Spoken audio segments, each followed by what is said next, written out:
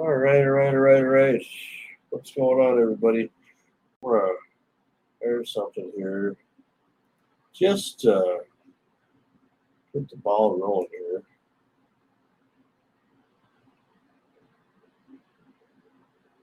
Let's see. Let's see.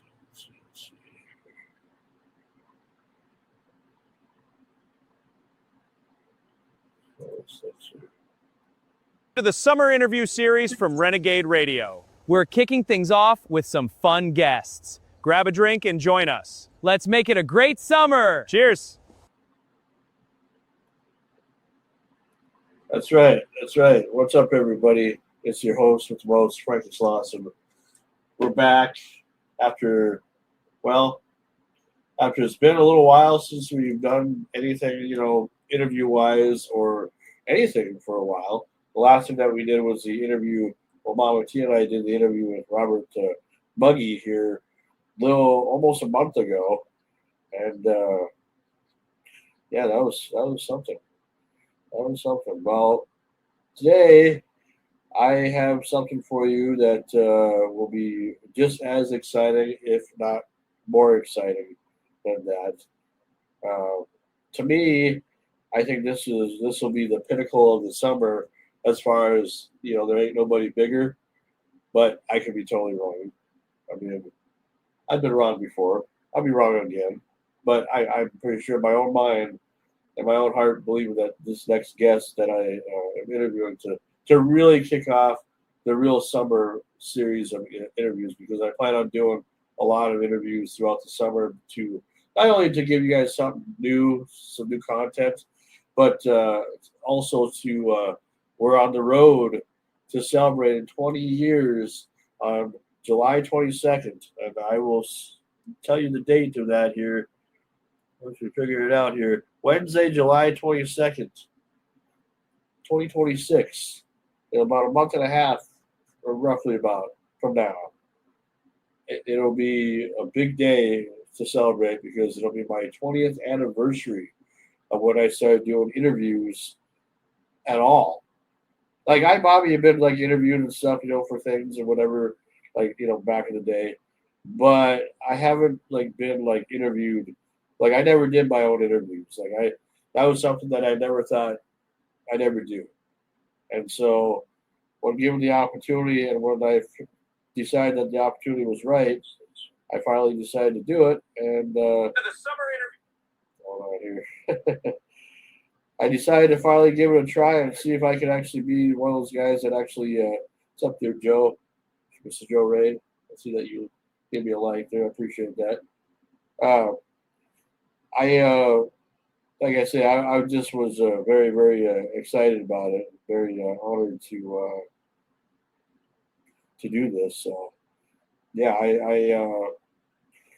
I'm looking forward to the opportunity to do this interview with Maven HUFFMAN. And everybody should know who Maven is. There should be, when I say the name Maven HUFFMAN, or at least Maven anyway, everybody should know who I'm talking about. He was the winner of the very first Tough Enough series back in like 2001, I believe. And then he had his own wrestling career, and which was a pretty good career overall, I'd say. Wasn't mediocre. It was actually a pretty good run that he had. And I'm just honored to have the chance to do an interview with him. So we're getting stuff ready here, just so that everybody knows what's going on and everything. I'm just kind of getting stuff lined up here. I might have one of my Renegade crew members join me for this interview because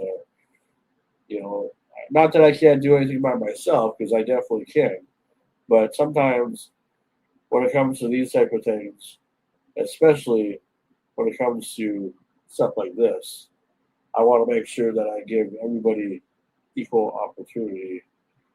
And sometimes when I feel like it's somebody that really deserves to get a chance to get their story out there as well, to share with whoever the guest will be or whatever, I feel like I feel like I'm the guy that can help make that happen sometimes because everybody has been nice and give me opportunities and stuff to do things and whatnot. So I figure, well, why not? Let's just see what happens here.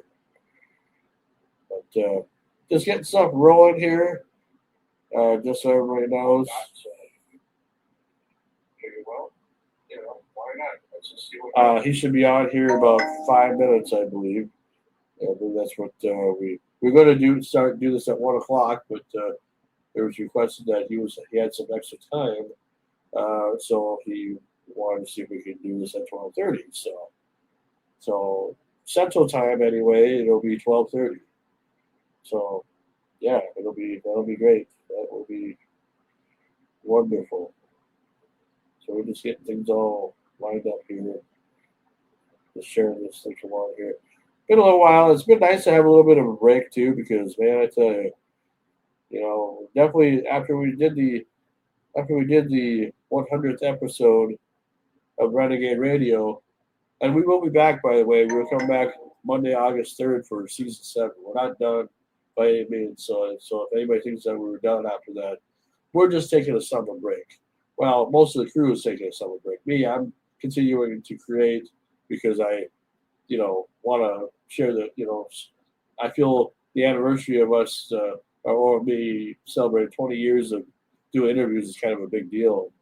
I want to be able to share that with everybody. So anyway, so put this away now. So we're just waiting along. I will say it's been a good break though. I really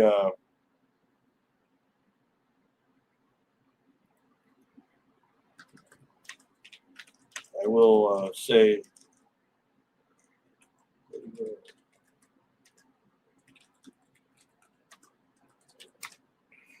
will say that I'm just happy that we get this opportunity to do something like this because it's nice to have a break and everything, but I feel that you gotta keep creating content here and there. You don't want to overdo it, but I feel like you want to be able to have fun with it too and everything. So that's what we're trying to do. Just try to have a little fun. For the most part, anyway.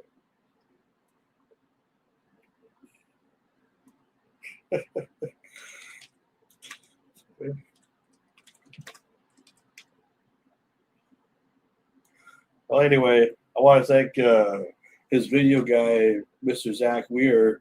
I don't know if that's how you say your last name, or where, or Weere. I'm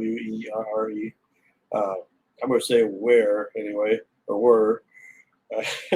Well, I thank Zach for hooking me up with this because when I found out that we were able to do something, I was really surprised because everybody has an interesting story, and I want to share. Not only do this interview with Maven and learn about him too and whatnot, but I wanted to share my story with him, and then I have a certain somebody that if they show up for this interview with me, or my crew members anyway, he has a story that he would like to share too, and maybe Maven's the type of person that can help us get to that next level. You never know. Nowadays, I'm just a true believer that anything's possible when it comes to just anything. We've had some really big guests on this show, on this program, and to me, I feel like it's really helped elevate the show. But I feel like I'm still kind of like stuck. Have you ever been stuck before? Like I'm creating a lot of content, and I know everyone's gonna say, "Well, you gotta keep doing it. Gotta keep doing it. Well, of course you do. But the thing is, I have been, and I've been trying my best to kind of to get to the next level, and I feel like I've just been stuck. Very much been stuck. I don't like being stuck. But I've been stuck for quite a long time. And I feel like maybe if I get the right guest, or you never know. You never know what could happen. But I'm just happy to have a chance to have a good conversation with people because I'm a lot of people who watch these interviews and watch the show, they comment later on, or if they see me in public or whatever, and talk about how excited they are that I got to do this and everything, and follow along with me and living through these interviews and everything. So vicariously. This will be the first of well, technically the second of the summer interview series. We started off kind of pre kickoff last month. I did one interview with Robert Muggy, and that was a good interview. I enjoyed that very much with Mama T, and got to learn about his life. And we probably could have done a longer interview, but because of how late it was or whatever, it's all good. Something's better than nothing. But I was going to say I have been working on some on a little piece of entertainment here that I will share with you guys online. It's on my TikTok page right now. Down in the shower, said you'll hop on in a couple minutes. Okay, down in the shower. Sounds good, man. Well, I'm going to share this with you guys. I made a little bit of a video here, just to kind of. I'm kind of. I want to create something this summer that's separate from Renegade Radio, and I have this idea that's in my head that I've had for a little while. It's because of AI and because of the fact that I've been able to do this because of AI. Here's a little bit of a teaser, and if Maven gets up here, then we'll get him on here. So here's a little preview of what I've been up to.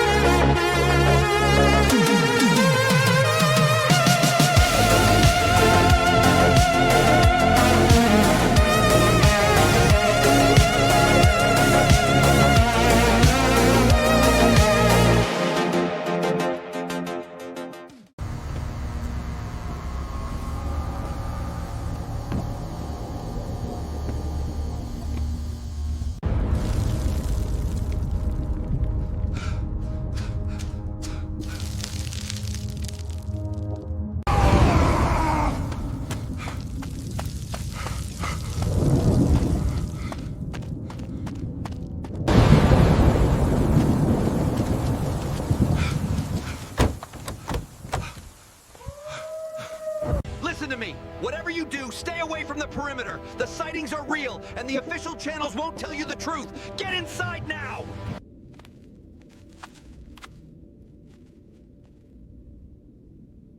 Found you. Big Ray Petty, come in. You out here? Ray Petty, the biker, the shock jock, where are you? Ray, answer me! This storm's getting worse!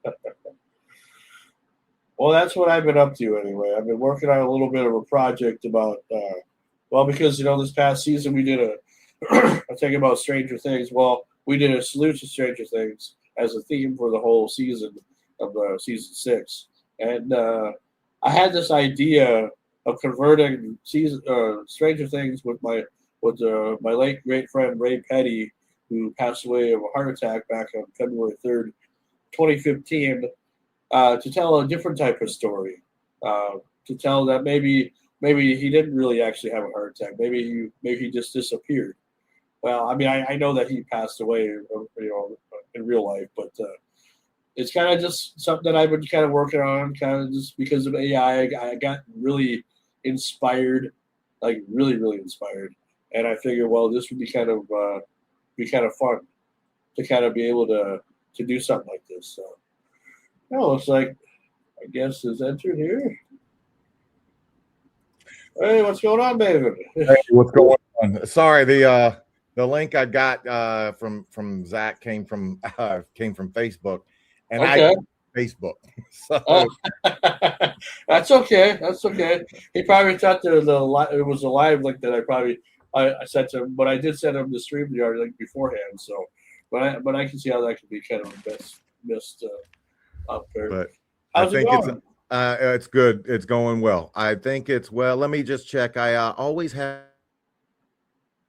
for whatever reason. I don't know why, but this microphone that does one job on Earth, I always have to hook it up separate. Like okay. Like my computer can never recognize that this is what I want to use as a microphone. Sure.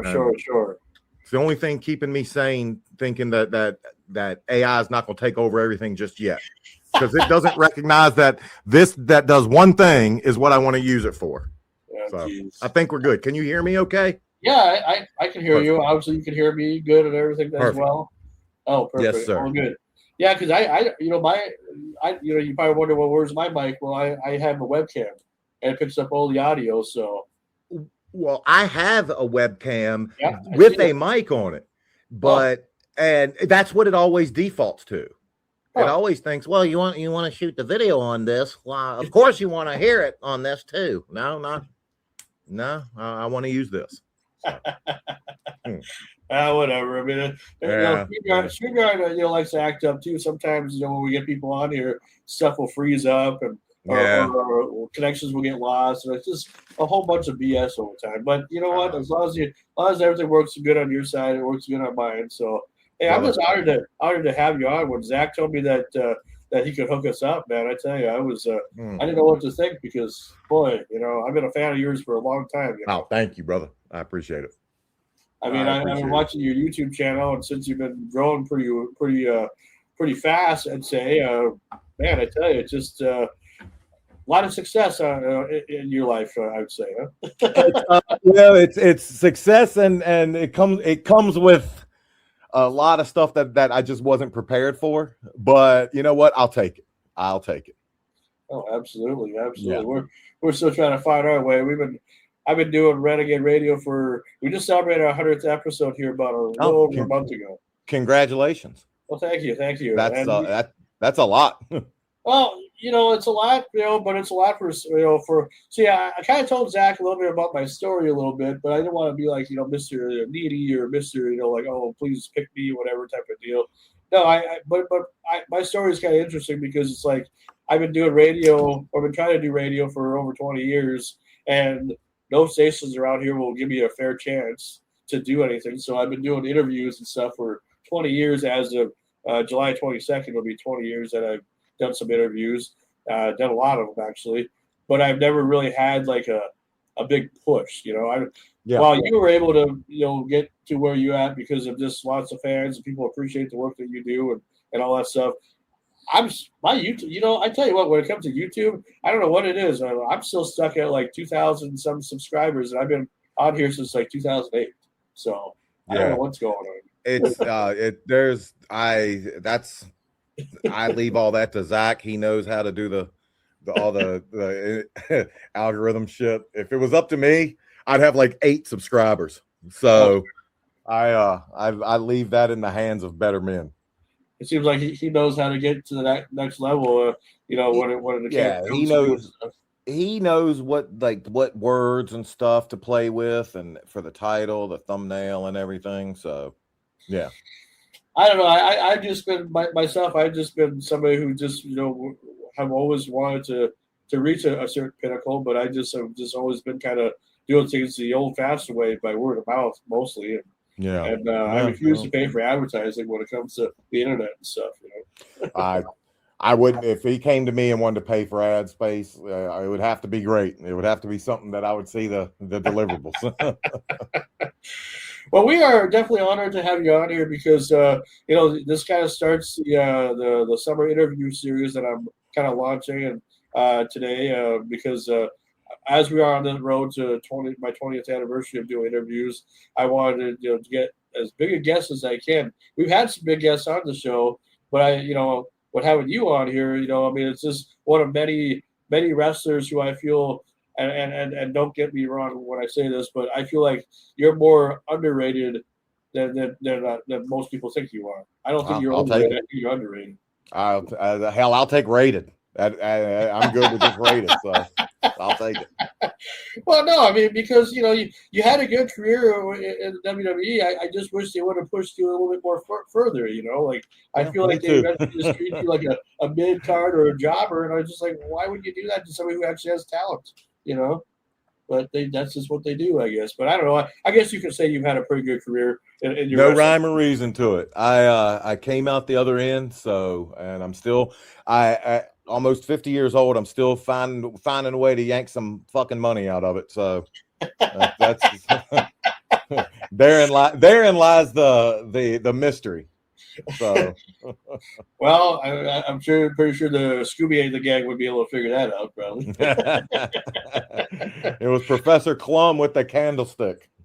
So let me ask you this, and then because you kind of after your wrestling career, you kind of, I don't know, I didn't hear much about you for a long time. You kind of disappeared a little bit. What made you decide to open up a YouTube channel? Honestly, Zach, obviously I've seen what was happening in the world and the space, obviously with content, with social media.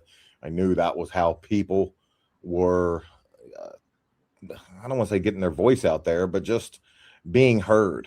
And I didn't think that necessarily I had a voice that needed to be heard, but I knew that I had something to offer. I knew I could talk. I knew I had stories to give, and we just fell into a market and in a time in history where you don't have to be the top guy, to have space to fill up the space. You can be someone like me, like a Stevie Richards. You can be someone whose career maybe didn't go 100% the way they had hoped. And the great thing about what I love about just the YouTube space is that there's no booking agent, there's no writer, it's the people decide. They tell me on a weekly basis what they like and what sucks ass. So I can appreciate that. And there's nobody sitting in a room anywhere saying, well, he's not ready. Let's not let him on YouTube just quite yet. Well, I hope you're ready for this, because I have a kind of a surprise for you. I have one of my people that I have on Renegade Radio, one of my crew members, is actually a former professional wrestler who actually was on TV. He was in the WWF. He was also in WCW. I don't know if you remember Man Mountain Rock in the WWF days. I tell people that do not come to me with do you remember? When we were coming back from Vegas, I had some girl come up to me and be like, I met you 25 years ago outside of Bennigan's. No, I don't. I don't. Well, then you probably won't remember when he tagged you with Cactus Jack in WCW as Max Payne, but I have his real name is Daryl Peterson, but his stage name is Max Payne, and I'm going to introduce him right now. Okay. So, perfect. Here he is. Hey, Man, I got to tell you, I'm fucking pissed that you don't remember me, man. dude, I The don't shit's remember. on now, brother. I don't remember what I had for dinner last night, Max. I will admit, I have you that have shit happen to me all the time too, brother. Sorry, somebody goes, hey, I met you in 1993 outside of an arena in Pittsburgh, and you signed my back, and I'm like, okay, yeah, thank you. It happens all the time. I Yeah, met of course. you. Yeah, you were going up the ramp and you clapped my hand. Do you remember? No, I don't. Should I have? Yeah. Did you grab my dick? Because I'd have remembered that. There's where the line usually is. Oh, that's so funny because I have my cat every time I do a show, she climbs on my lap. So this is Newman. He's a 15-year-old. We rescued him back. I call him Dumpster Cat because he looks like if I went to a dumpster. Oh my God, he's beautiful. Yanked brother. the cat out of it, it wouldn't look worse than him. I love. Look at this son of a bitch. He's got a chicken wing arm. Oh God, I love it. He's been sick. We've been waiting for him to die. Like I have to syringe hand feed him, and he just won't die. So I like for the last year, I've been like giving him nothing but treats and everything. I'm like, fuck, if I'm checking out, I hope somebody doesn't, say eat vegetables. And no, give me ice cream. If I'm dying, give me what I want. And he's so funny about that. Exactly. This poor girl, you can tell she hasn't been pushed away from the table much, but look at her father, and you can understand that easily. But she's a rescue as well. And you know what some son of a bitch did to this cat? Oh my God, I hate these stories. Oh, I know it. Some prick cut all of her paws off, and whoever did it looked like they were a failure student at a veterinarian school because she basically has stumps. That the job they did on her feet, and they took them all. Why? But that's not the worst part of the story. Then the fuckers abandoned her outside and left her outside to fend for herself without paws. And so I got to tell you, man, I've had a lot of animals and a lot of cats, we have like 10. I could tell you stories about cats all day here at my house, but this cat is the most amazing. And I can tell yours is. Her name's Hazel, and the reason that your name is Hazel because when I first got her, I just go, hey, and I would talk to her like that. And finally I went, I just got to find it. And the Hazel came to me because it had a hay attached to it. And so I just added the ZEL at the end of it. Oh, I lost you. Oh, there we go. He turns the damn microphone off. Oh, that's awesome. We got him from a kill shelter. We went into, me and my girl, we went in and we said, what's next on the list? And he was a sick kitten that they could not, no matter what they gave him, they couldn't treat it. So they were like, he's probably going to be put down within the next day or so. So we're we'll take him. We took him. We made them give us medicine. And that was 15 years ago. His name is Newman because when we brought him into the house, we had another cat named Butch. And I'd be like, go get the cat. And she'd be like, which one? I'd be like, the new one. And I'm a big Seinfeld fan. So now I love that shit, man. But look at this. Look at this. He obviously loves the shit out of you, man. Oh, that's my boy. He follows me. It's because I give him whatever he wants. Oh, but I got a damn zoo. Look at this. Hold up. Look at this, man. Oh, it's great. I love it. I love it, brother. I love it. Man. Oh man, I don't know how to do this camera yet, but people will always disappoint you. Animals will do the polar opposite. Never. They never disappoint you. You know what I love about animals, man? And she is. That's what I love about her is, and I'll tell you the funny story. God, since we're sharing animal stories, forgive me, but I have never, most cats. What are you talking about? This could be the podcast. Yeah, I'm talking about ongoing. I'm serious, man. It's so funny because this cat, I've got cats all around me, and like right now, it's so funny. We take care of outdoor cats that show up in our neighborhood, and people don't feed them or are mean to them. We had a cat like this little guy. He was black, and we called him Gimpy because he had a horrible leg. And he just came to our house. We started feeding him. He fell in love with us. But we had these 2 gray tomcats with the big fucking heads. Yeah. Right? 3 years ago, they vanished. I mean, our hearts were broken, and they just vanished. And a week ago, a week ago, they both just showed back up in our house. It's so funny. But the thing about this cat that's so amazing is I love cats, and I love them because they have Asperger's, all of them. They do whatever the fuck they want. On their time. Right. And then all of a sudden you'll be sitting there and they'll go, okay, I want you to pet me, and they'll show up on your lap. Fuck off. Yeah, they're exactly. like, fuck off. And then they're done, and then you don't see them again until they're like, hey, where's my fucking food? 2 things. So there's my other one. What's that one's name? Tabby. Becky. Oh she's my a God, bitch. she's beautiful, And brother. she sits over there, and I don't know if you can see outside. You probably can't. I put a bird feeder out there. Oh, she's fantasizing about prey. Shit. Hold on, guys. I think I just but Max, give me 2 seconds. I'll be back in 2 seconds. And because you mentioned you were like, don't be mad at the name Gimpy. I will prove to you I won't. 1 second. Okay, good. Well, we're with Maven Huffman and the return of Max Payne, man. So who's Maven? What's Maven? He sounds like a comedian. He's a former professional wrestler. Max. What? He's a former professional wrestler. Okay. Maven, you were a wrestler too?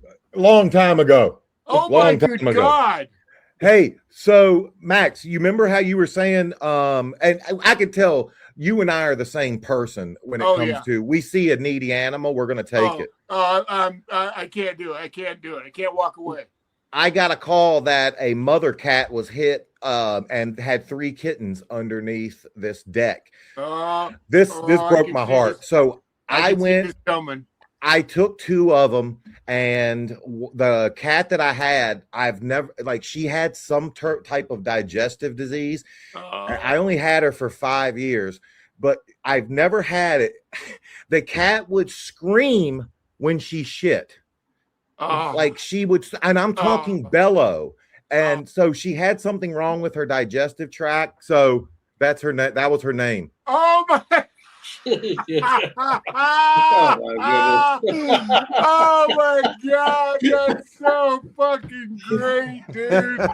Oh God, I love that. Oh my sweet Jesus. The morning and it's crazy because the night before, she used to, I get on the floor and I stretch every night. It's the one thing that I wish in my career I would have done. I never stretched. I took all the fucking roids that I could, and I worked out all I could, but I never stretched, and I'm paying for it now. I used to, Jesus, Mary and Joseph. I would get on the floor and she would crawl in my lap when I would start stretching every night. And like you said, Asperger, she would want her 10 minutes of attention, then she'd run away. The night before she passed, she got in my lap, and then she laid on my chest. And the next morning when I found her, dude, I bawled. Dude, I'm about to cry right now, man. I fucking tell you. Yeah. Oh, that is, it's so funny because my wife is, if you were to look up typical cat lady in the fucking dictionary, that's who my wife is. We were in California for 10 years running a senior retirement community, and I gotta tell you, this is one of the most amazing stories in the history of the fucking human race. And I swear to God, this is when you can't help but, honestly, this is when I believe in God. It's so funny. And this is such a ridiculous story, but when you hear it, you'll understand. So my wife said to me one day, she said, I have got to have an orange tabby cat, right? Mm-hmm. So we went to every shelter in San Diego. Goddamn, San Diego is a area of like fucking 4 million people, right? But we went to every animal shelter in the fucking place, and we couldn't find a tabby. And we came home, we got out of the car, and and I swear to God, I swear on my mother's soul, this is the truth. We walked up to the front door, and sitting at our front door was a little feral orange tabby cat. And he's still completely feral. We have him now. We brought him from California. No one can touch him. No one can pet him. No one can be around him except my wife. His name is Thor. And it's just one of those, you know. She picked her person. He picked her person. Can you imagine, though? I mean, no shit. We're out. Yeah, no, I can. We went out to the shelters. Then to get, you know, if you go to a shelter in California, fuck, you got literally they send like you know, like a Health and Human Services fucking family person to your house that interviews you for like it's like a Nazi interrogator, whether you're a good pet owner or not. So will you feed the cat every day, whether you want to or not? Will you make sure they have a warm place to live? You know, and you know, we're like, my God, Jesus, of course we would. We wouldn't be out looking for an animal if we weren't going to take care of it. But I'll never forget that, man. We showed up and both of us just stood there and looked at each other and said, you got to be fucking ribbing me, man. I believe you. I believe you. You know, and so it's so funny, but I could tell cat stories about the cats that show up here at my house. I mean, honestly, we could do a podcast, the whole fucking thing. Dude, I don't mean this rude, but it's going to come across rude. So if any, you don't even listening, have to, I can guess you're going to say fucking, I'll take animals over humans any day. I hate people. I fucking hate them. They're the worst. People are the worst. But animals, like animals are the best. And it's just like her, man. You know, I didn't finish telling you. I have never had a cat that when like right now, she got down and she left and she sleeps out in the hallway on a round bed because she just loves sleeping on the cool floor. Yeah. But I could call her right now, I guarantee you, and she'd fucking run in here and jump. I've never had a cat in my life that would come when you call her. She's the most gentle, loving, and so that's why I was always abandoned. What kind of motherfucker? And my wife was just driving down the road, looked over and saw her sitting on an abandoned porch's house. It's not like we went to the shelter for her. They just left her outside. My wife went over and picked her up and brought her home and said, okay, she's yours because we can't have her around Thor. But anyway, I'm just so lucky. That's how I got the Becky, the one that's hunting birds. Right. I was in the Bronx at a buddy's house, and he was like, "Hey, this gorgeous little kitty cat needs a home," and I'm like, "Fuck, I don't need another cat." But I brought her home, and she has her toys over there.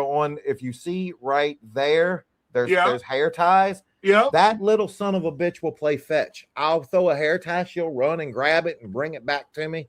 It's just so I get it. Let me tell you this really quick. The last story. Hold up, Max. I got to know though, because it's going to drive me crazy. Are you into dogs?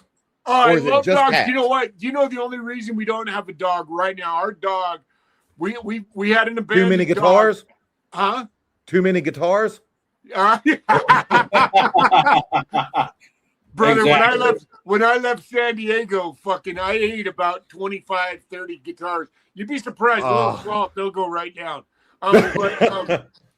But we had this cat that my niece abandoned at my brother's house, and my brother hated cats, and so he wouldn't let her out of his bathroom. Her name was Lilith Hyacinth. We called her Lily, and she was exactly You remember Lily Lilith on Frasier.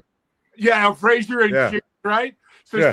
she looked like this upper echelon cat who was this prissy, fucking arrogant, high society bourgeois bitch that, you know, but she was so fucking amazing. So this one day we're getting ready to go to work and we walk out into our living room and there's a fucking bird in our house, right? And it's just over against the window. And so my wife and I, being the humanitarians we are, we grab a towel, okay? So we're going to get the bird, and we're going to take the bird outside and fucking let it go. So now she's on one end of the towel. Imagine, so here's these fucking two people, you know, with the net, sneaking through the goddamn living room. And here we go. We're on our way to the fucking window. And I swear to God, again, mother soul, out of nowhere, this fucking gray flash comes flying over the fucking towel into the bird, and with one strike and one claw, the fucking claw goes straight into the jugular vein of the bird, and it drops to the floor and dies. I'm like, and when she wasn't even anywhere, she was like in the other fucking bedroom, sound asleep, and all of a sudden, the goddamn ninja cat is they're hunters. They're exterminator. Oh, I know, but dude, the amazing part about it was we didn't see her coming. Yeah. And she hit the jugular vein on that fucking bird. One drop of blood came out of it. The bird hit the floor, and that was it. And we're like, dude, they're hunters. They are such hunters. God. Yeah. And yet they're just so loving and wonderful. MAXX, you should tell Maven a little bit about your wrestling career, because I think Maven. Yeah, and I want to hear about yours. Maven, why don't you start telling me yours? I'd rather let's start with you telling me yours. Mine's brief. Wrestled 2001. Eliminated the Undertaker in the O2 Rumble. Wrestled hardcore champion. You were in WWF. Yeah. Holy fucking shit, man. Eliminated Taker, was hardcore champion for 3 times. Left in 05. Yeah. Very. It wasn't an underwhelming, wasn't an overwhelming. It was a very whelming career. It was just middle of the road. I can ID with that one. Yeah. How did you? Who broke you in, and where'd you start? Al Snow. I was on. God, I know Al Snow very well. There was a. I'm so sorry. There was a reality show back in 01 called. I watched the whole fucking thing. I was there. You did not, MAXX. I won season 1. There's no way you watched if you don't know. Oh my God! Yeah. Yes, I watched the whole. Is that the one where you were doing where it was in Ohio, right? Maybe.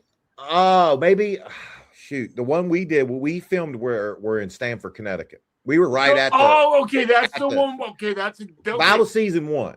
Okay, so the one in Ohio's OVW. Yeah, but that's where. But then Al did another show around the OVW. Yeah. Right. Okay, that's the show I watched. Yeah. So were you ever on that? Oh, I went. It's funny. I wasn't on that season, that series, but I did a video. I went because I do a YouTube channel now. I went and filmed a 4-hour interview at OVW at Al's school, and you'll understand this, Frankie. We get the footage back, and our microphone was unplugged, and the whole fucking thing was useless. Oh my God. I got Al asking me, when's the video coming out? And I'm like, yeah, we're working on it. Oh, yeah, sure you are. Yeah, how do you do ADR for that, right? How do you do yeah. I've had a couple times when I've had to redo an interview with a guest, and luckily they're nice enough to let me redo the interview, but I felt bad that I wasn't smart enough to think about, the mic was. Where are you? Are you still living in San Diego, MAXX? Because no, I got an email to, I've been going back and forth with a guy who lives out in San Diego to do his show live. And we're just coming up with the particulars, money. And I was going to say, I was going to say, if you still live in San Diego, I've got to see that guitar room. I got to see Thor. Where's home for you now? So I was born and raised in Utah. Okay. But I met my wife in, actually I met her, believe it or not, I met her in Atlanta when I was with the WCW in '93. She had her boyfriend at the time. They came to Atlanta together, and I met her there, and we ended up being just really great friends. And then the old story, years and years later, just the shit evolved, and we ended up falling in love. But she's from Ketchum, Idaho. And I don't know if you know anything about Ketchum, but Ketchum is basically, it's actually even kind of more of Aspen. It's like Aspen. Aspen got its idea to be Aspen from Ketchum. So it's beautiful. Well, and then on top of that, there's this real old money there, like the Wrigleys, the Motts, the guy Jan Winters, the guy that owns fucking the Rolling Stone. So it's this really wealthy, hideaway in northern Idaho or in southern Idaho. It's fucking gorgeous, man. It really is. But she's from Ketchum, and then she bought a house in Twin Falls, and so now I live in Twin Falls, which is about 80 miles away from Ketchum. Yeah, that's the polar opposite. I'm from a small town at the base of the Blue Ridge Mountains in Virginia. I'm from a town where people put ketchup on their ketchup. So it's the polar opposite of old money. When I was a fucking kid, I used to eat ketchup sandwiches, brother. So, but then again, my entire family was from the South. So most of Utah, believe it or not, there is a shitload of Southern heritage in Utah because a lot of early Mormons left the South to escape the Civil persecution. War. Yeah, and the polygamy. Look at that. He's looking for dumpster kid. He's looking for his birds too. If you could put a fucking blurb up there, like in a cartoon, she'd be going, "Here, kitty, kitty, kitty," or "Here, birdie, birdie, birdie, birdie, birdie." Here, birdie, birdie, birdie, birdie, birdie. This is my office back in here, and it has just turned into like where I house all the animal, like my stuff, and then all the animals. This is their lounging room. So, are you a musician too? Because you brought my guitars up quite a few times. Are you a musician as well? I can play the opening of Stairway to Heaven, and that's about it. Except you can never do it at a fucking Guitar Center, or somebody will shoot you. No. I referencer. That's right. I went through. I was born in the 70s. I grew up in the 80s and 90s, and like every kid, at some point you take up skateboarding and guitar. Yeah, and, of course. And you never get good at either of them. And so I just did that. It's awesome. So then because you tried out for this reality show, it sounds to me like the only fucking territory you were ever in was the WWF. Yeah. Well, I and it's probably not this way now, but my first match ever was on SmackDown. God, imagine man. that. Like, think of the nerves. I can't yeah. imagine that. Now, I've done indie. Once they shit canned me in 2005, I did indies and stuff and dabble with TNA a little bit. And it's funny, Max. I try to explain to people on my YouTube channel, I didn't learn wrestling until leaving the WWE. It wasn't until, because when you're in the WWE, you're wrestling to a time for television. Yep. And that's not working. And you don't hear the people because you're going off of the time. Well, and it wasn't and you until plan and you plan everything in the dressing room, and you everything. Everything. I tell people whenever they ask, what's the one thing I can do to get better? I say, learn how to work out there. Learn how to call stuff in the ring. And it's easier. Well, and then the other side of it is, man, you know, the other side of that, and you know this, is everybody who's an old timer like me, that's the moment where that's the part of Vince McMahon that they all hate, because he destroyed. The first thing he did was destroy all the territories by robbing all the talent from them. And then when that talent, or when those territories went away, you know, the other day I was doing a show and this chick started talking to me about how I really learned wrestling. And I said, you know, you're not going to believe this, but the way you really learn wrestling is amazing. And I said, of course you would think that it's getting in the ring and practicing and fucking, but I said, it's not at all. I said, the way I learned wrestling is like all of the greats did, is, yeah, I got in the ring every night, but then I got in a car after I got done wrestling. Listen. And I went down the fucking highway for 2.5, 3 hours with old timers that told stories nonstop the whole time you were fucking riding down the road together, and you fucking learned the business and the high spots and angles and all those, that you learn that language by being married to these guys driving down the fucking road, you know. And I agree with you so much, man. You know, it's, you know, I had a really great old timer say to me once, he said, you know, the wrestling business is such, and this was back when it was like this, he said, at about the 10-year mark, you'll finally start to fucking get it. Yeah. And it's so true, because you can do wrestling. You can easily, like you're talking about, you know, you can easily plan. You can easily go backstage and verbally, I always called it spontaneous choreography.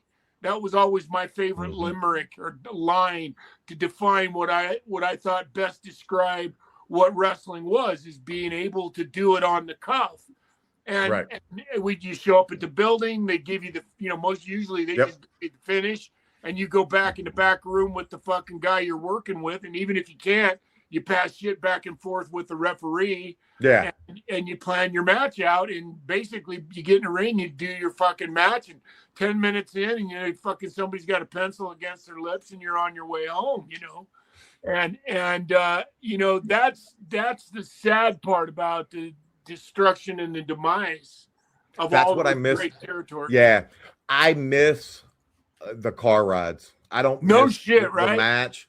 I miss the backstage. I miss being in the locker room. I miss the ribs. I miss having almost the ultimate boys club. Oh, it is. It really is. Because when they finally let you the fuck in, you know, that's the key right there. When they finally open that fucking door for you and say, all right, you don't have to kayfabe this fucking mark no more. You know, all of a sudden, you when you become one of the boys, it's just like any other fraternity, isn't it, man? You just it's better. I remember when I knew I was in was when they started bringing me in on ribbing the younger guys. Yeah, exactly. And I'd be like, holy shit, this isn't targeted at me anymore. Yep. Yeah, let's fucking get him. Well, I have something that I want to show you here, Maven, just so to kind of, you know, you talk about you know, the key and everything. Well, I got a key video for you. If it's your penis, let me get my glasses. Oh no! All right, I'm ready. Unfortunately, even that wouldn't help you with me, my brother. They got a hell of a magnification. When you're hung like a hamster, you know, nothing else. Hell of a magnification. What I'm going to show you is just a 1-minute video clip of a complete education on the history of Max Payne here, just so you know. So I'm going to show that to you, and I hope you enjoy it. Absolutely. Tom Green, and this is why Max Payne rules. His background is fascinating. He was an All-American wrestler at Iowa State, starred in Lorenzo Lamas' first movie, came up through the New Japan Dojo, and found time to learn how to shred on guitar. And this was all before WCW. The cover didn't match the book. No one expected the long-haired scary metal dude to wreck guys with suplexes and arm bars, especially in the mid-90s. He did a wonderful job of translating his amateur background to the pro ranks. Just ask Brian Knobbs. And his series with Vader was so underrated. They had 2 TV matches in 1994 that were a blast. It was a great dynamic where Vader finally met a big mean guy who could hit and throw him around too. So much money was left on the table. There are more reasons why Max Payne rules, but I've only got 60 seconds. Oh, I love that. I love that it was the deep cut guy telling that story. So that explains everything. Knowing now that you're a shooter, like, and that's what we called, I don't know in your time, what we called the guys who were real. Yeah. Real wrestlers. We call it like the Shelton Benjamins, the Brock Lesnar's. We called them shooters. Yeah. And I remember I would get in there and Shelton would get on his ground on his face, arms straight out, and he'd be like, "See if you can flip me over." And this was at a time when I weighed 245 pounds, rock solid muscle, was strong as a fucking ox, and I could not move him against his will. Yeah. And you realize that in a land of titans, shooters they're different. Kurt Angle, I wrestled I think it was my 3rd or 4th match ever, and I knew I was in the ring with men when Kurt Angle came and grabbed me, and because he just did it with a different intensity. He did it differently. And every shooter I was ever in the ring with, they did the exact same thing. I'm an entertainer. Like, if we're in a bar fight, I can handle my own, but yeah, I'm not going to be getting in there with shooters. And yeah, I have much respect for that amateur background. I don't know if there's ever been anybody that brings the skill set that you did. Amateur background, big, strong guitar player. Like, you should have, like Van Hammer, that should have been your gimmick. It's well, brother, that's God rest his soul. Yeah, God, it's funny. I'll just tell you a quick story about him. So he and I ended up being good friends because at first he was just jealous as fuck of me because I could actually play.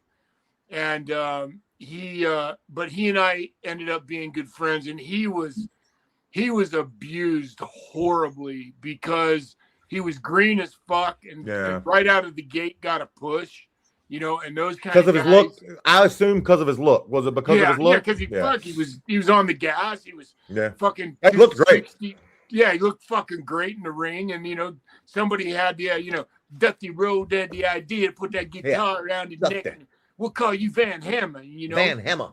Yeah, and so he says to me one day, he goes, "Hey, Max," he goes, I was riding my Harley with my guitar on my back because I used to do that because I loved the attention that I would get when I pull up to a stoplight and people would pull up next to me and go, "You're fucking Van Hammer." And he goes, so I'm driving down the road and the strap came off my guitar and I dropped this flying V. It was a Hamer flying V. I dropped my guitar on the fucking road and it broke the neck off. He goes, "I still have that guitar. Wow. Do you want it?" And I said, "Well, fuck yeah, bring it in." So he brought it in. I took it home. I fixed it, and I gave it to my oldest son, and my oldest son still has that guitar and plays it to this day. And it's a bright red, it's just like the one he carried on television. Yeah. So it was just a bright red, flying V. The whole problem with everything about me in the end was actually probably more of a curse than a blessing because most of the wrestling business just did not know what the fuck to do with me. And then, you filled too many buckets. Yeah. And so, and the funny part about it, I guess this is the part I always never forgive the complete double negative, but I always never understood why they just didn't want to make money with me because I was such a fucking freak. Who cares? But this, there's a level of nepotism. Yes. In the business that doesn't necessarily mean blood nepotism either. If you're not part of that and you don't fit in. So anyway, the last tour that I was in the wrestling business, do you realize, man, that the entire time I was in the wrestling business, that I actually only played in front of a live audience a total of about 7 or 8 times. They never took advantage of it. I begged them over and over again to, one of my best ideas is I used to say to them, like when I played the national anthem the first time, when I played the national anthem when I debuted in the business in Asheville, North Carolina on the 14th of February in 1993. And when I start to play, if you go look this up, you'll see this. It's really quite an amazing moment. Is as I start to play, the crowd is kind of going, oh fuck, somebody else is playing this like I was another Van Hammer, right? Yeah. All of a sudden, they realize that I'm actually playing the national anthem, and they start fucking putting their hands over their hearts, and after I got done playing, Jesse said to me, he goes, right before I went out to play, Jesse said to me, he goes, "Hey, Payne, yeah, you don't happen to know any Jimi Hendrix, do you?" And I said, that's a great impression too. I said, as a matter of fact, I do. He says, "So why don't you tear into a little Hendrix when you get done with the national anthem?" And I said, all right. So I got done with the national anthem, and I tore into Purple Haze. And when you watch the video, fucking, Jesse was like beaming. And I always wondered to myself, if I was a promoter and the crowd went fucking nuts, right? Yeah. So now they send me out to be a heel for Dustin Rhodes to fucking defend his title. And the crowd sat on their hands because how do you boo the guy who just played the fucking national anthem? If that night it was the promoter that actually hired me was Bill. Oh my God, I can't believe his name slipped. Bill Watts. Bill Watts. Yeah, and his son Eric was there at the time. Mm-hmm. Bill hired me. If he was sitting in the gorilla position and he's watching this crowd fucking going, oh my God, this crowd fucking loves this dude right now. Vader, get your ass out there. And in the middle of him playing the national anthem, I don't care. I'll buy him a new guitar. I want you to go fucking kill that motherfucker right now and smash that guitar to bits. Imagine the angle. Yeah. Baby face. Yeah. Imagine. I mean, and that we could have ran on that for the rest of my goddamn career. Fucking, getting that back, and then eventually he apologizes. We come tag. The 100 ways you could have went. Oh, you're right. 100 ways. And nobody, not one person, ever saw that in the wrestling business with me. So I took. Can you do me one favor? Because I got to jump off here, guys. I got to get in a second.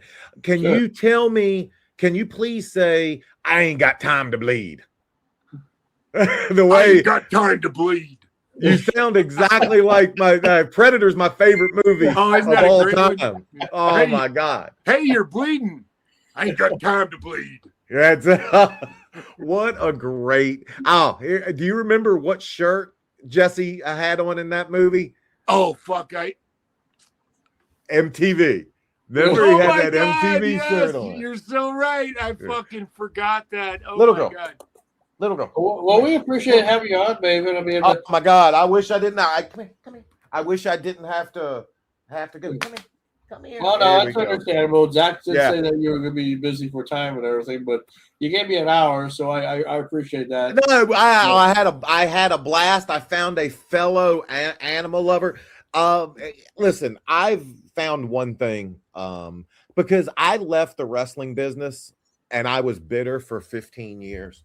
I got positive confirmation from someone who is a household name that there were certain people holding me back in production meetings. Yeah. And it pissed me off for the longest time. And I avoided wrestling. I did everything to just, the hell, they don't want me, I don't want them. And I think the older I've gotten, the more I've learned to just let go. And we had cool jobs. Like, 8 billion people in the world, and we wrestled in a company that had about 60 men in it. That's pretty damn cool. Not to mention that half that fucking 8 billion people are probably wrestling fans. Probably, yeah. There's no sport that's bigger than wrestling worldwide, except maybe soccer or football. Yeah. But wrestling's fucking huge. And it's funny. So anyway, just real quick before you go. So I took a video camera with me on my last tour in Europe, and I ended up getting to play the guitar 5 times in the ring. Because I wanted to prove to Vince McMahon that my gimmick was over, that people loved fucking watching me do this gimmick. And I was fired on my return from that tour. But he allowed me to carry my camera through the entire backstage. So now if you've watched any of the Unreal, I did Unreal 30 years ago. Yeah. And the movie is going to come out in the next few months. So it's called The Thing That Should Not Be. Keep your eyes open for it. Good Metallica reference. Good Metallica reference. Well, I've always felt like that's who I was, and it's one of those things. Go check it out. I think your feelings of what you were just talking about. I felt that I've had 30 years. Wrestling is. I always say it on my videos. Wrestling is the girl that I loved that didn't quite love me back the same. And, I love that. And I'm gonna fucking steal that one, man. Yeah. Thank you. I think I'm gonna have to take that one. But and I don't watch wrestling now. I don't. If you tell me what happened last week, I can't tell you. I don't devote any time of. But I will always love the art. I will always love the business. So yeah, Max, and now maybe the art can finally change because they have now completely and unconditionally exposed it. Like I said, if you haven't seen a season of Unreal, go watch the first season because I watched. I did a video on it, and it was hell keeping it up on keeping YouTube from claiming it, but we managed it. So Max, it was a pleasure meeting you, my friend. Frankie, thank you so much. This was a fun hour. This was fun. And now I have a doctor that I got to go see. I've been having headaches, so we're trying to get to the bottom of that. All right. Well, we appreciate you, Maven. And you got it, guys. Brother, if we ever cross paths, please come and if you're ever at a convention and you see my name, please absolutely come and find me, man. I'd love to meet you and love to bullshit with you and maybe go have couple beers together or something. I'm a Jack guy. Are you LDS? Are you a Mormon? I am not. Usually that's exclusive to the Mormon tribe. So. No, I am not. But I would definitely have that drink with you. All right, guys, take care. Yeah. Bye. He didn't mean Jack. He didn't mean He didn't mean beer. He meant Jack Daniels. It's so funny when I hear Jack. I always think Jack Mormon, and Jack Mormons are Mormons who drink and smoke. Oh yeah, absolutely. If you you're around the Mormons at all, you know that term in a whole different way. So when he said I'm a Jack guy, I thought, oh my God, is he a Mormon? Yeah. I mean, you never know when it comes to certain things like that.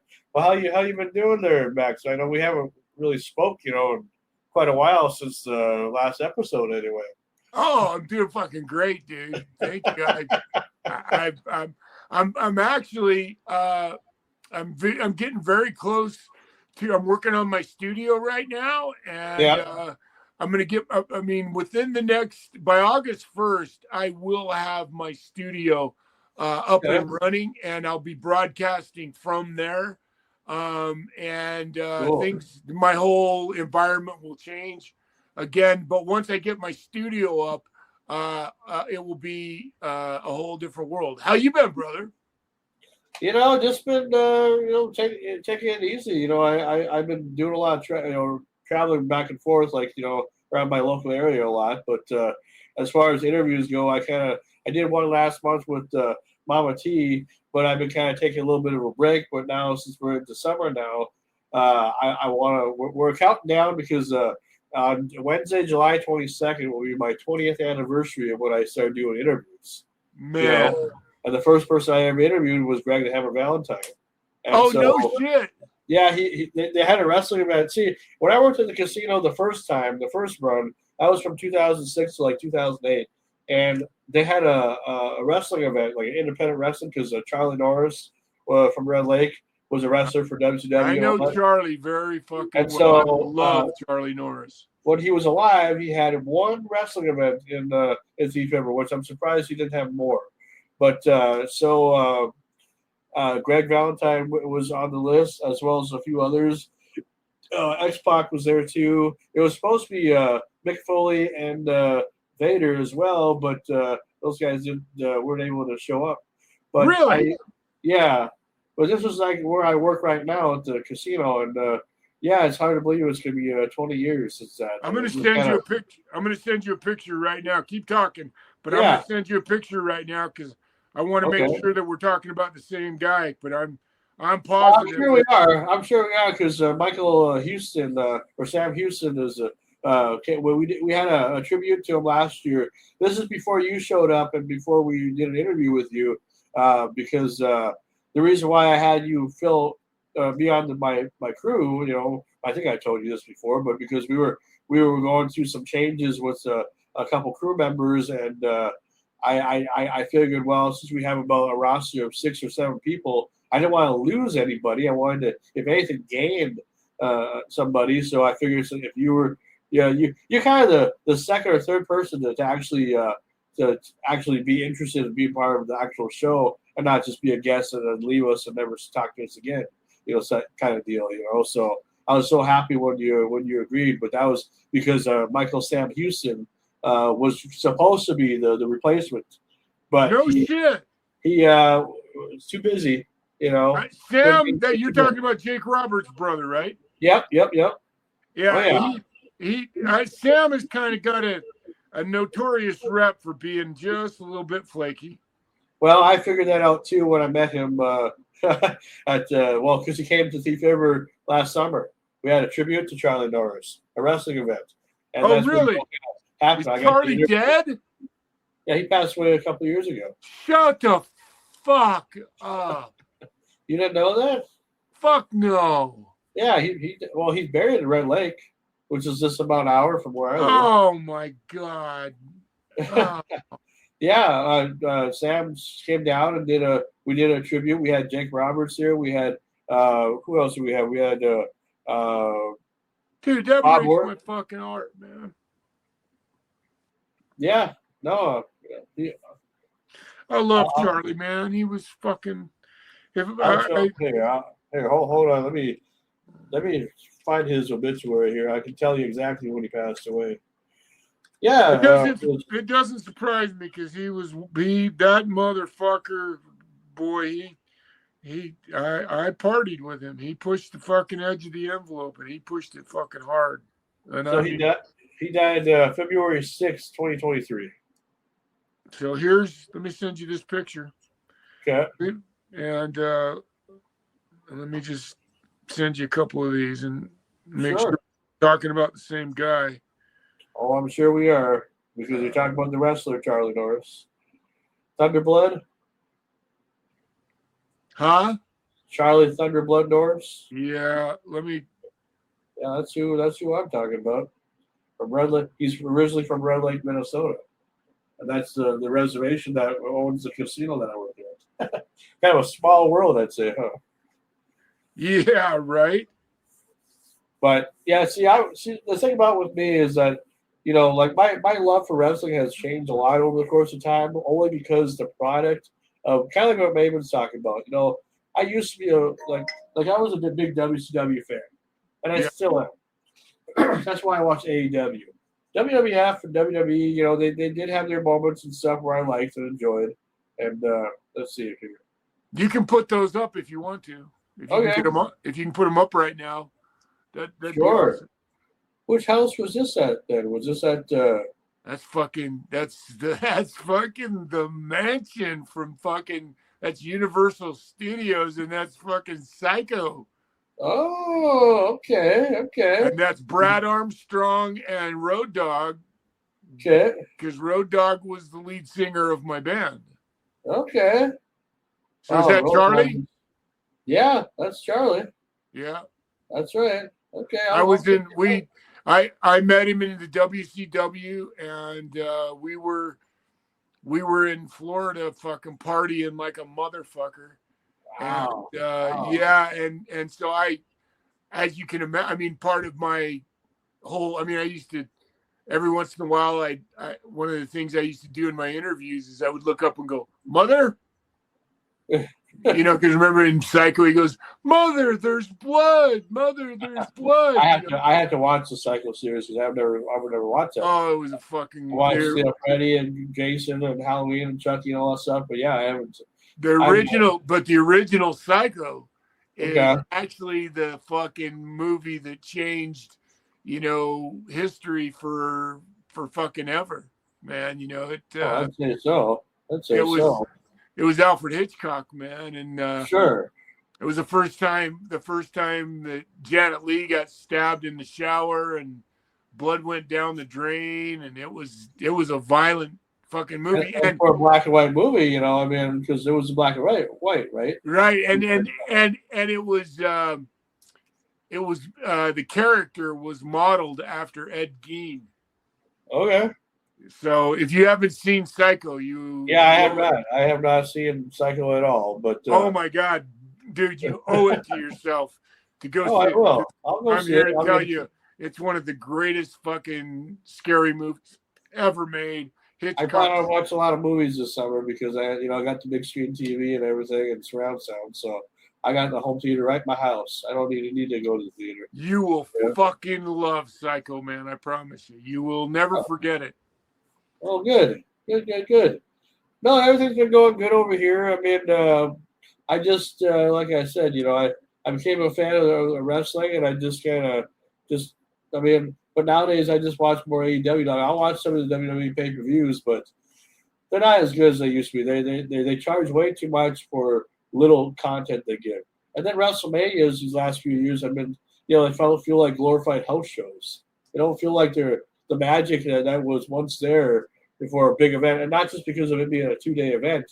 I mean, it could be something big even as a 2-day event, even bigger than it is. But they make the matches too small, and they don't let people actually perform to the best of their ability. Now, I watched AEW Double or Nothing, and AEW, every time they do a pay-per-view, it blows any WWE pay-per-view lately out of the water.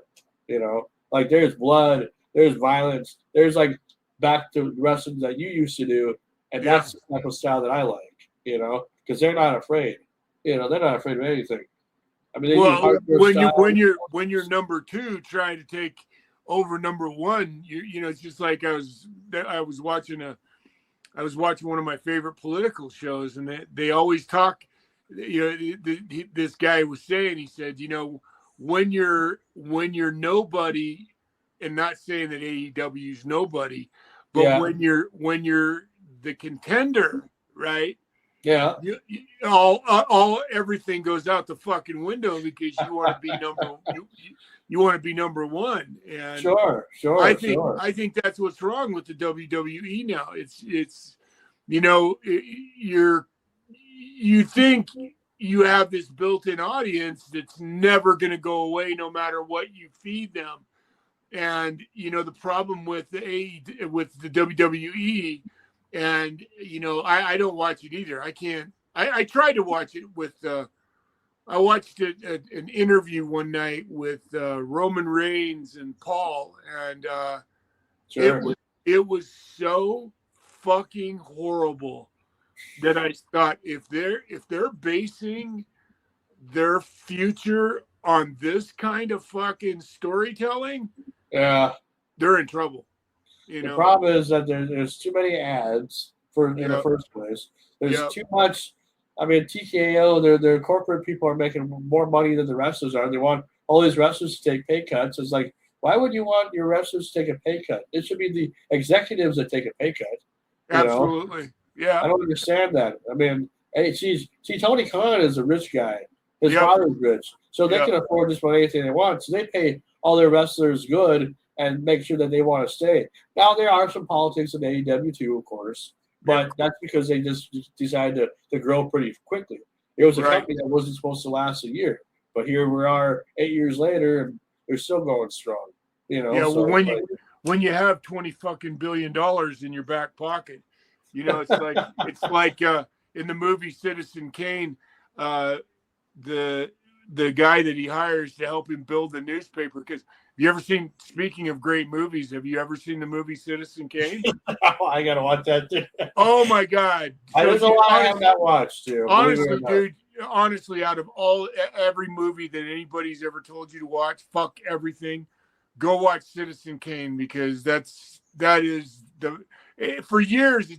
I think it's only been replaced lately by The Godfather as the greatest movie ever made. So is Citizen Kane like a mob movie? It's about William Randolph Hearst. Oh, okay. You know who he was? So William Randolph Hearst was the guy who built the newspaper industry. Oh. Back in the day, and he was this huge, fucking powerful press magnate who just controlled the fucking world. If he wanted to destroy your career, he would. And fucking Orson Welles had the balls to make a movie making fun of this motherfucker. But in the movie, it's so funny.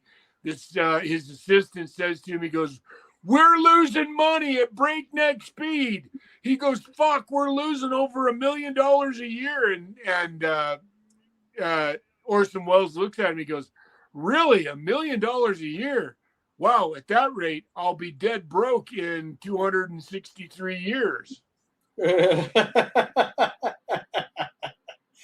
Yeah, I'll have to check that out. There's a lot of stuff that I haven't watched, but Citizen Kane Citizen Kane and Psycho should be really high on your list, my friend. I'll make sure of that.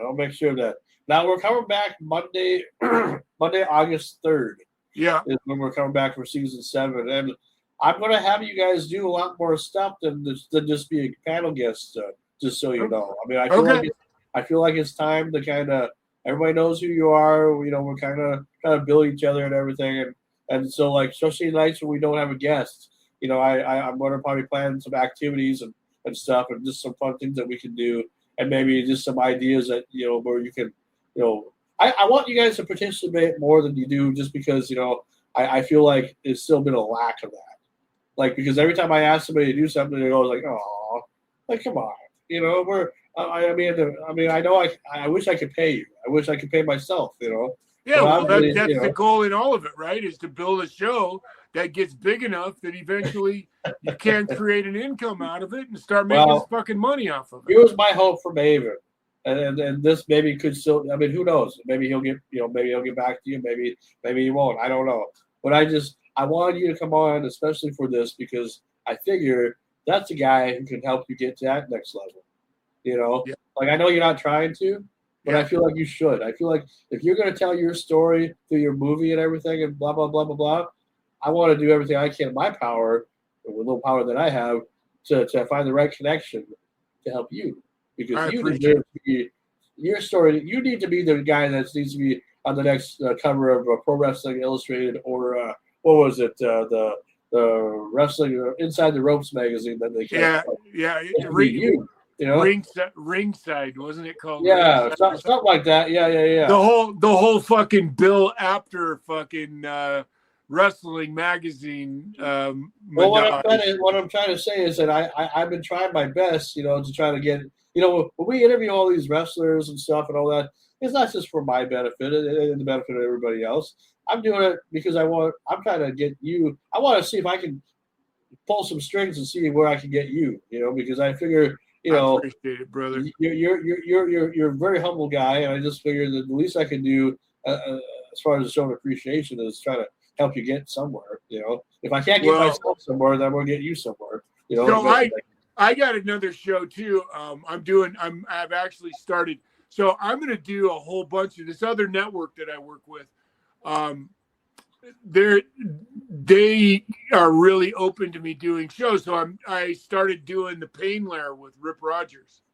I don't know if you know that, but I knew that you were doing another interview with somebody. I just wasn't sure who it was. I've seen Saturday at 6:00, I do the Pain Lair now, and we just got started. We've only done 3 episodes.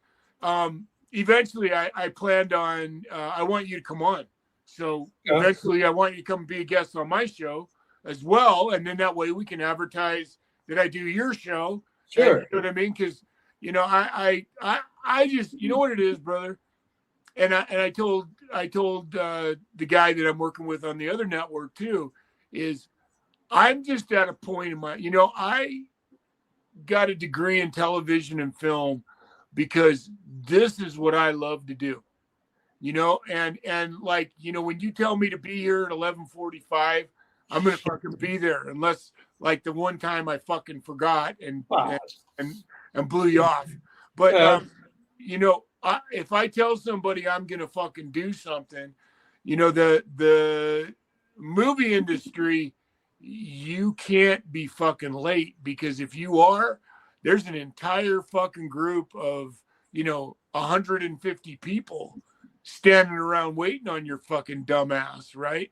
So the one thing you learn about the movie industry from the minute you started working in it, when I was 16 years old and I started working in the industry, is you learn that there's some things you just don't fucking do. But all my point is I went back to school. I dropped out of high school because of that movie and went back to school, took up my amateur wrestling career so I could put my way through college and earn a degree in television and film. Because more than anything in my life, this is what I've always wanted to fucking do.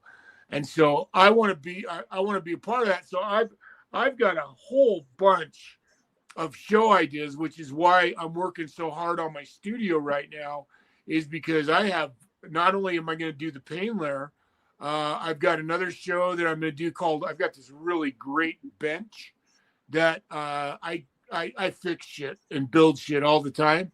So I'm going to do this show called From the Bench, and I'm going to do that. And then my wife is a really good, a brilliant feng shui artist. I don't know if you know what feng shui is. I think I've heard of it. I mean, is it like fancy stuff or whatever? Or is it feng shui is really simple.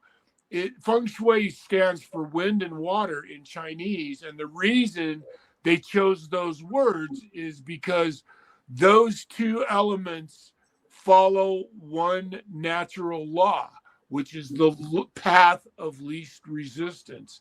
And so feng shui is the art of organization.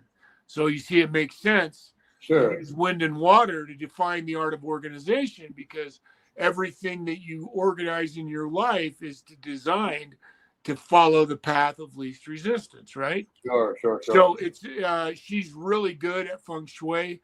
And then I have a stepson who is a brilliant theologist. And I've actually written I've talked to you before about this. I was gifted this ideology I call it KMH, or Killing Mr. Hyde.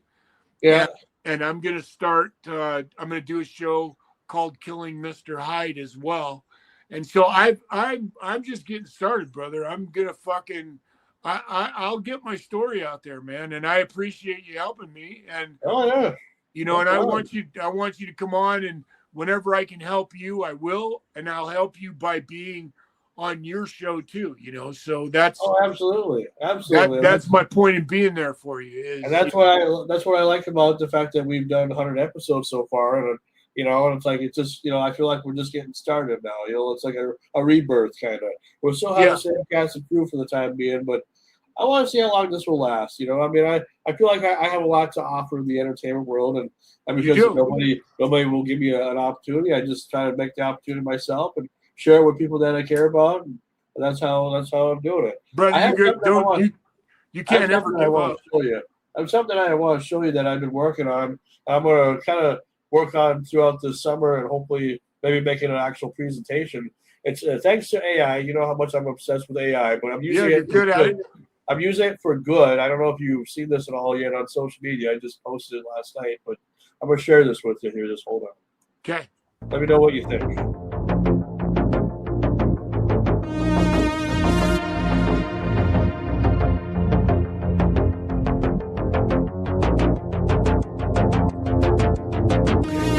That was your mentor, right?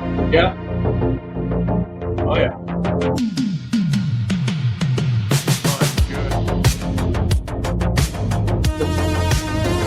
Still images, kind of. I mean, it's a teaser, so. Oh, it's great, man. It's beautiful.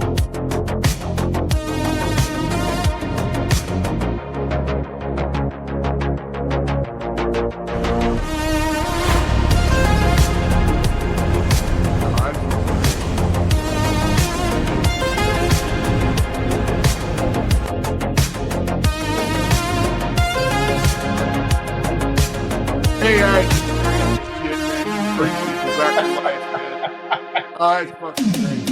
Oh, I know. But I thought you were good. That's thank you.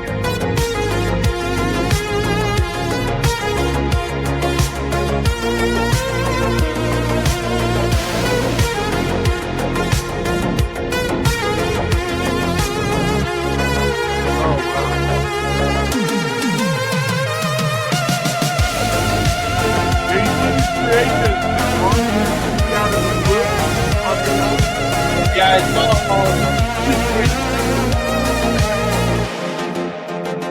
There's four. Speaking of fucking Psycho, that looks just like the Psycho house, man. That looks just like the house I just sent you a picture of. Yeah.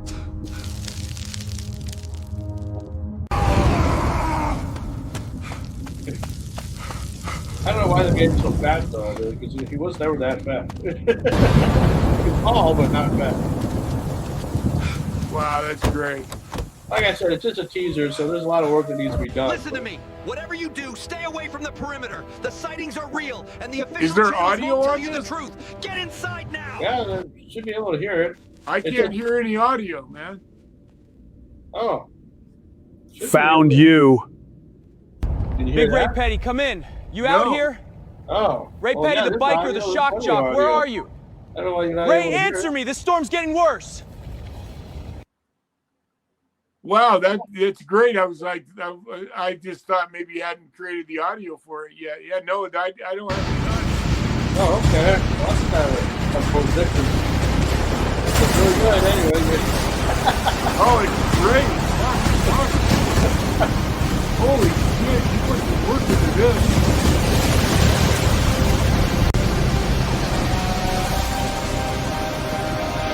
Oh, that's awesome.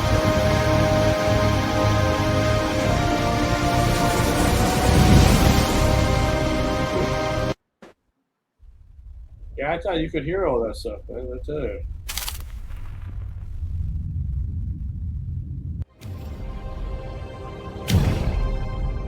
Oh, that's brilliant, brother.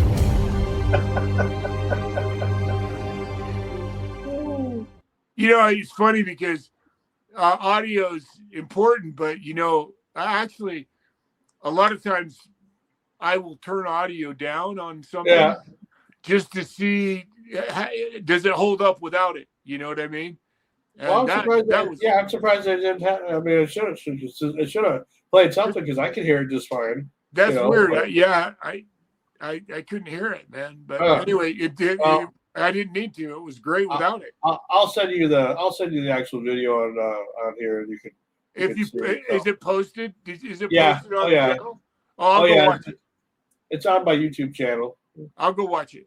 Okay. The idea is like maybe he didn't die of a heart attack. Maybe he got taken, and he got sucked up on the upside down or whatever. Yeah, and the motherfucker got caught in the upside down. Yeah, and maybe he's lost there, and old Frankie here has to try to find him and save him. I like that, man. That's good. That's good shit, dude. So I'm gonna work on doing an actual AI movie based on that and see what happens. And maybe maybe people like that. Let me ask you something. Do you have? So I'm going to say the same thing to you I said to my other boss. He's not really my boss, the guy that I work with. But I mean, I consider you my boss because it's your show. But do you have you thought about one of the things that you need to consider? And I know your funds. I know you're not a rich guy. I get that. But one of the things I think that you need to really consider as your place, because I'm working on mine right now, is I am working on the PAYNE.com where I can sell my own swag. Oh, and sure. Do you need like Renegade Radios, Frankie Slosson's Renegade Radio, like the blue screen you got up behind you right now? That would be a great t-shirt. Oh, yeah. Oh, trust me. I've been trying to get everybody's attention for merch. I was trying to work with Grand Forks Best Stores to kind of help me out with that or somebody, and nobody seems to want to help me get to that next level. I mean, that's where I'm stuck because I think merch would be great. Yeah. I mean, I agree with you, but I don't know how to do it. So then just start on your own. And then give yourself an advertisement on every show that you do. That's what I'm saying. Is like, see, this is one of my. Yeah. So, that's what I'm saying. Just start. Go. It won't cost you that much, and at least have that swag available so that you're prepared for that moment that you get down that road. And you have a place and a website in place so that you can start selling that swag, and that's another way you can generate income. Yeah. I mean, I thought about that too because a couple of years ago we were going to do that when we thought that maybe we established ourselves a little bit already. Quickly, but like I said, nobody wanted to help. Everybody said, "Oh yeah, it sounds like a good idea," but that's the thing about the crew here. It's like I shouldn't really expect that out of anybody, but it's like. Everybody's kind of in it for themselves, It's like a dog-eat-dog world, even around here, And I want it to be like how it is, how you see it on TV, how everybody gets along. I am going to say that if Mama T doesn't start acting a little bit more professional, she might be not on the show no more. Really, what's going on? Well, I told her not to drink on the show, and she's not doing that. But it's like. But what she does is like she just acts like a different person. She just likes to set up a lot of shit. That is definitely what she likes to do. A lot. Yeah, she does kind of have that shit stir attitude. There's no doubt. And so for me, I could take it or I could leave it. At this point. Yeah. I'm not really too worried about it, but I'm just going to say that it's all about professionalism. Everybody else knows how to be professional. I took her out to dinner. I took her out to dinner a while back ago and spent a lot on her. Not expecting anything in return because I wasn't about that. It was more just, if I could have done it with everybody else, I wish I would have. But I couldn't do it with everybody else because not everybody was around and most of us are far away. Right. So we went to a nice dinner and at a face. I paid the bill for everybody that went with me. And, she never once offered to do anything, offered to pay or nothing. It's like, woe was me, I offered, but I figured it's a good gesture. Maybe someone would say, well, I can help pay too a little bit or something, I had to pay the whole bill. Then she complained that I didn't give enough of a tip. It's like, fuck, I just got done paying $185 bill. You want me to give, what do you want me to do? Give him another $100? I gave $5 just because I thought, well, that's all I really had, left over.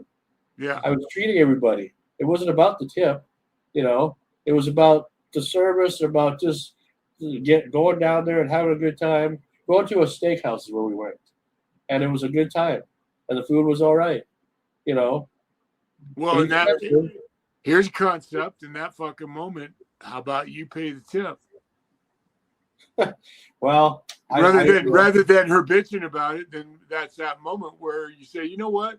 Here, that's what I would have done. I would have said, thanks, brother, for paying for this. I'll get the tip. That's what I would have thought somebody would have done, but all she did was complain that I didn't give enough. Yeah, like, well, again, instead of complaining about it, do something about it. Fucking don't sit there and fucking say that.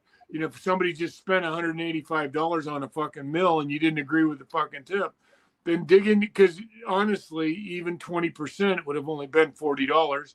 Whip your goddamn wallet out and fucking hand the guy $40. Exactly. You know what I mean? And open your wallet. Well, and see, that's, it's funny, brother. Here's what I'm going to say to this. Okay. Sure. And I think you need to hear this. Sure. Field of Dreams. Remember that movie? Yeah. Is that why you did it, Ray? Is that why you did this, Ray? Is this the only reason? Is this the only reason you built the fucking thing, Ray? You know what I mean? That's the lesson of Field of Dreams is, when you, the hardest part about doing stuff like that, and this, man, the true gift from giving comes from absolutely, and it's hard as fuck, because brother, trust me, you know how many people I gave to in the wrestling business that turned their fucking backs on me completely? Sure. I mean, I could fucking sit here all day long and talk to you about the people that I fucking gave literally thousands and thousands of dollars to. Sure.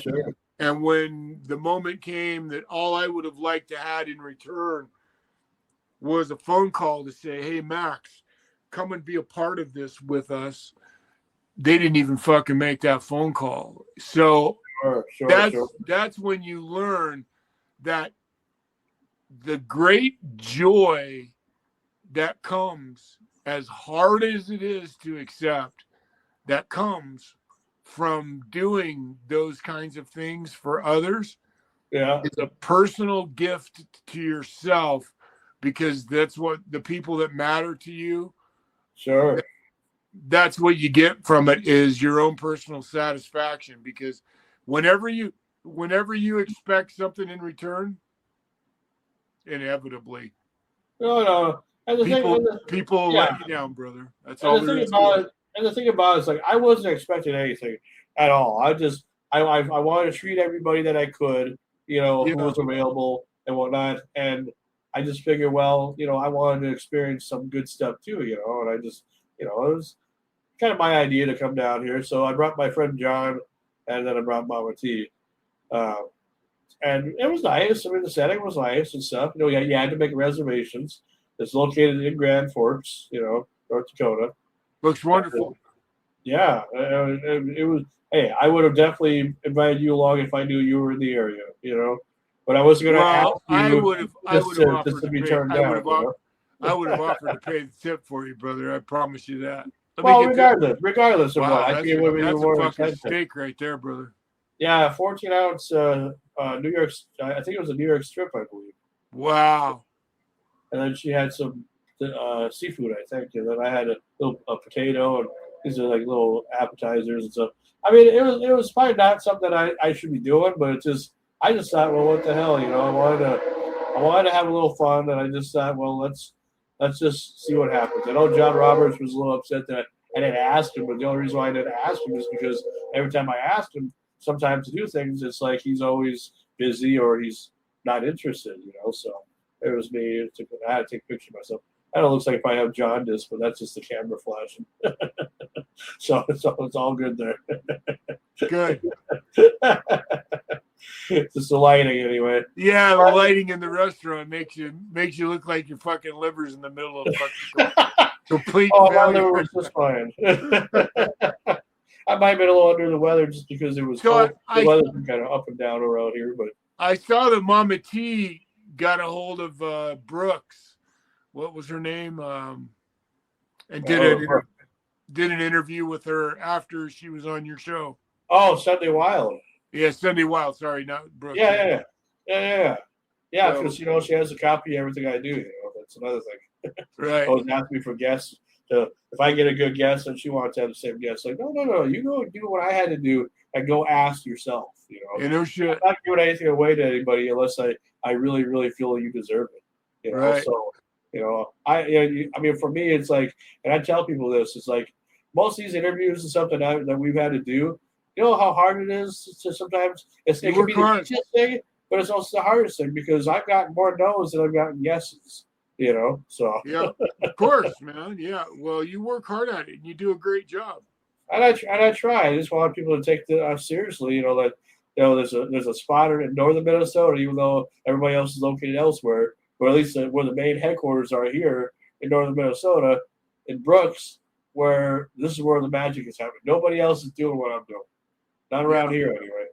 You know, well, you're doing it well, brother. So keep doing it. We appreciate you, Max, too. And like I say, I mean, if you want me on your show, you just guys just let me know. And you will be. I will. I promise you, you'll come and you'll come and be a guest. And I normally don't have weekends off, but if I have to make an exception, I will for you. Well. The great thing is we can figure that out because right now I'm not doing it live. So you're pre-recording, okay? Yeah, we're pre-recording it because I want to wait until I get the format dialed in really well before we start doing it live. And are you going to have anybody that you knew from the industry come on board with you, like just be like a guest or whatever? Well, Rip Rogers is my co-host. You know Rip Rogers? I don't know who that is. Yeah, he's pretty famous. Oh. He's a pretty famous wrestler. So if you look up Rip Rogers, I'll do that. Yeah, do it. And he would come and that's somebody that I can have come and be a guest on Renegade Radio. So anytime that we want to, if you want to have Rip come on, he's a crazy nasty ass old fucking wrestler, and he would love it. All I got to do is say, "Hey, Rip, come! I got another show I want you to come and be on." He'll be there in a heartbeat. So okay. So cool. next season we'll talk about that. And, all right. And we'll get Rip on, as well as I'm pretty sure that the guy that runs the other network, I think I can talk him into coming on, being a guest, as well as all of the guys that I work with on the other network were wrestlers. So. And I hope the guy who's working on your movie gets it done pretty soon because I really would love to. Oh, it's coming, bro. He's working. Do you have like an idea of when? This is one of those moments where he worked with ICP. Insane Clown Posse. Yeah, they have their own. So like, he works intensely with them, and he's on the road constantly with them. But I just talked to him. I talk to him all the time, but he's got a lot done already. Okay. I don't. He's not willing to give me dates, and I don't blame him because he does so much with them that his time's limited. But I would like to believe, I honestly believe that by the end of the summer, that this will be that he wants to get it done. I mean, it's one of those. I like to do a big promo about it when it comes out. Oh, we will, yeah. Well, whatever. I'll be in for that. And you know what? When it does come out, I know I can talk him into coming and being a guest on the show as well. Absolutely. So that would only fucking help as well. So yeah, that all that will be a given, bro. We will do all that. Well, good. And then might Right. be a few more interviews that I might have you do with me this summer. It just depends on the guests and if I think you want to do it or not. So just let me know. You know, I'm always open, brother. All right. Well, we appreciate you. And man, I enjoyed Maven. Maven. Yeah, you gotta watch that first season of Tough Enough. It was a reality competition where the winner got a contract, basically. Wow, I didn't watch it. I hate MTV days, man. MTV, Tough Enough. Yeah, that's funny because MTV. It's ironic. It's actually ironic. If I'd had a little more time and I knew MTV did that show, it's ironic because MTV is the reason that I shot this movie because they invented the goddamn reality show with the real world, right? Sure. And so that's where I got the idea to shoot my movie was I thought I used to say this all the time. The fucking wrestling world is far more interesting behind the scenes than it is in front of the camera. I always believe that. You know what I mean? That fucking what was going on behind the scenes, if you could capture that, that's the shit that everybody would go, oh my fucking God. Well, it's exciting and I can't wait to see what, because I think I actually saw a sneak peek of I found a trailer of it a long time ago. Yeah, it's called The Real Max Payne. In fact, if you go to your Google machine and you type in The Real Max Payne, you will find it. It's still out there. Yeah. Well, I've seen it. And that's why I'm just I'm excited that maybe to finally be the guy to help you promote it. And then, like I said, an idea that I would like to do is put our name on it as a, help with production or promotion at least. And then maybe run a live screening of it on the show, like just you and me or whatever, Once, like I said, we get to that point, when we get to the point where it's time to really, because when he gets, man, he's a promoting motherfucker. And when he gets it done, and we actually, I mean, I'm not going to get excited until, I've learned in my life it's not time to do that yet. But like I said, I can't wait to start working on the T-shirts. On top of the fact, we're gonna sell, because all of my music is gonna be the soundtrack for it. That's right. Then I've been enjoying that too. I'm glad that you gave me a copy of that because I love that. I've been nice, thank you, appreciate that. I asked Mama T to listen to it and give me her opinion, and she never spoke to me again about it. Yeah, I wouldn't waste your time with that. Let me do the listing. I'm a good judge of sound. Well, she loves the blues, and but she wants to be like me. She wants to do everything I do. So don't worry about it. Once she'll love you more once it comes out, then she'll be she'll be like your special flavor of the month kind of thing. Well, the thing is, and so on top of the movie, then I'm going to start selling the CD to go with it. Absolutely. So that's the part that I'm excited about, is because then I'll have the CD to accompany the movie, and for the first time ever, and then I'll get it on Spotify and Apple Music, and then people can actually go listen to what I did then, and it will finally be kind of a finished product. So all right. Anyway, we'll talk more about it later, but I don't want to give too much more away. But I appreciate you, Max. Thanks for joining me for this interview with Maven HUFFMAN. Love you, buddy. We'll talk soon. Anytime you need me, get on. All right, brother. Sounds good, man. See you later. All right. Peace out. All right, everybody. We'll see you next time. Bye-bye.